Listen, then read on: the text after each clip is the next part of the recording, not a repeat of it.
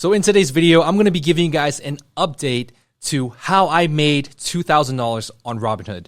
I made this video about 2 months ago, and my portfolio has grown a lot. I've made more money than $2,000 since then.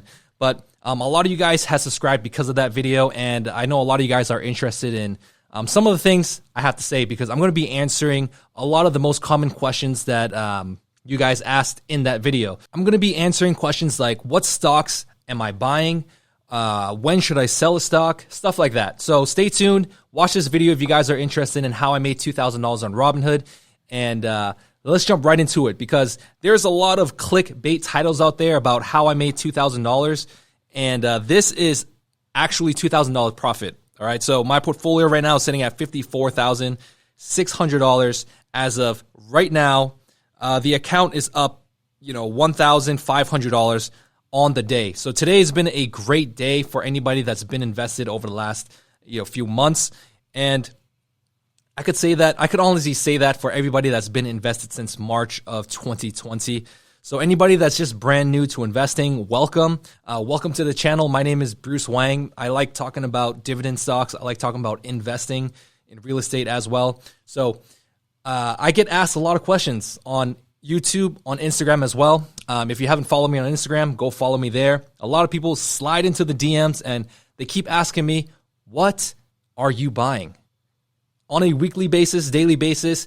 But it's really easy to know what I'm buying, because links are going to be in the description if you guys want to see my entire portfolio. I own about 50 plus different stocks. I'm investing into each and every single stock on a consistent basis. So let's zoom out here.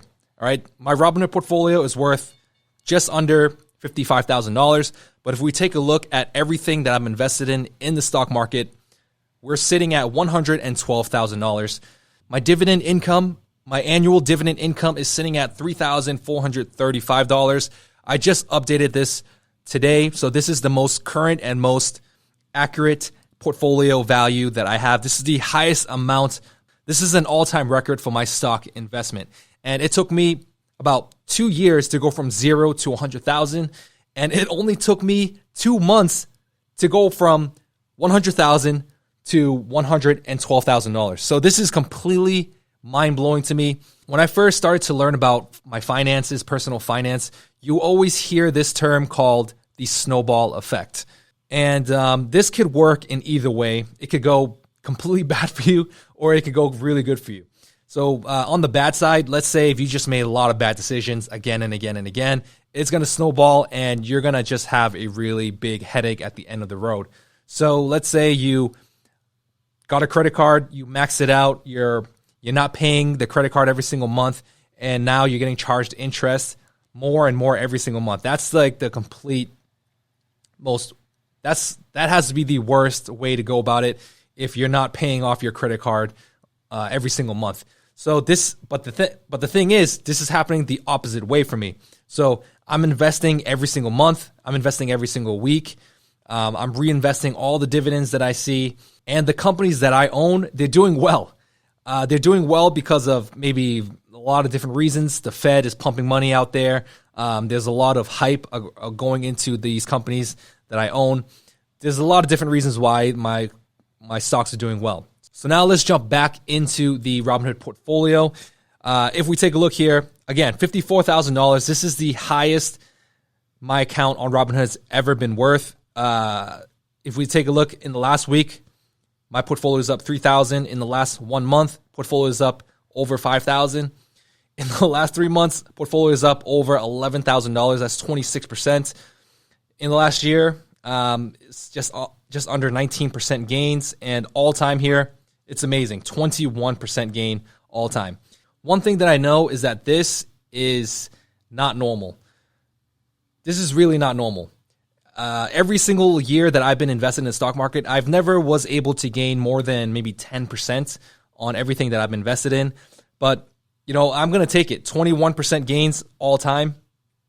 There's going to be some years where your portfolio is not going to do well. And there's going to be some years your portfolio is going to do really well, like this year. And a lot of that is because I just stuck through it. I just stuck through all the dips, and I just bought more and more and more. And now we're sitting at $54,000 here. So let's take a quick look at the portfolio. So one question that I get all the time is, how am I able to invest so much money every single week? So right now, I'm currently investing roughly $1,000 every single week into my portfolio. And it's not easy for me to do that. I wish it was easy for me to do that, but it takes a lot of sacrifices.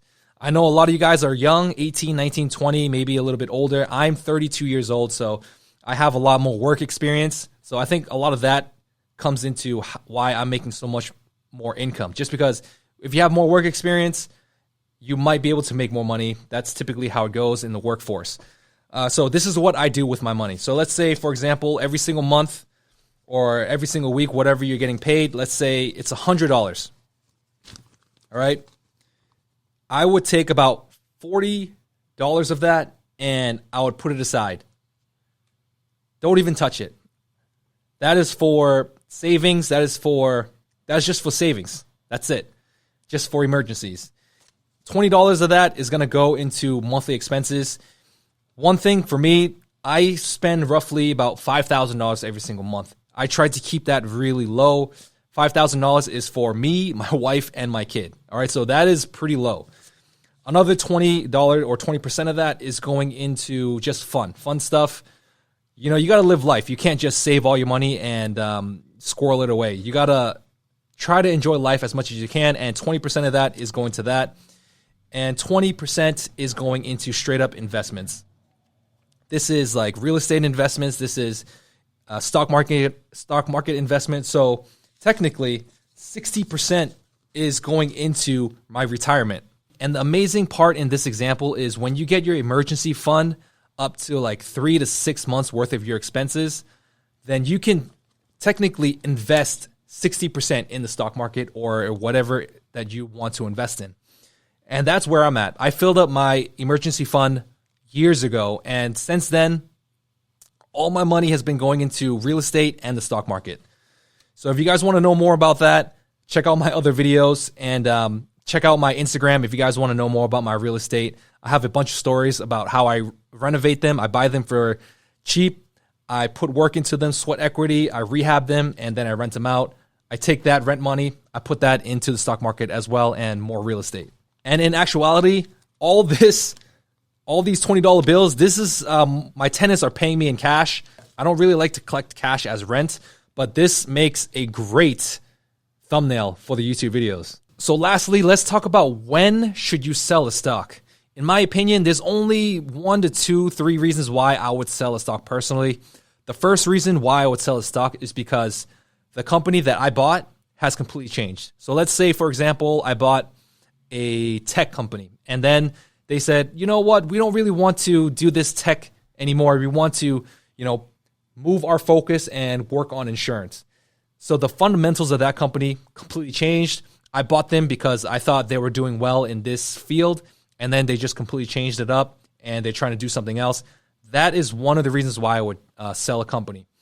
There hasn't been many cases like that for me in my portfolio. A lot of the companies that I own in my portfolio, if you guys want to know everything in my portfolio, links are going to be in the description. I buy companies, blue chip companies that's been around for a long time, so they have a history of good performance and consistency. So the second reason why I would sell a stock is because of new opportunities. So let me explain what this means. So let's say we go back in time here for the crash of March 2020. This is when the pandemic happened, and we all thought it was going to be the end of the world. It's not the end of the world. We've pretty much almost recovered completely from it. There's still a long way to go, but we have basically almost got back to normal, I would say, in my experience. So during this time, I owned a lot of REITs. REITs are real estate investment trusts. Basically, it's if you don't have enough money to buy any real estate, you would buy a REIT.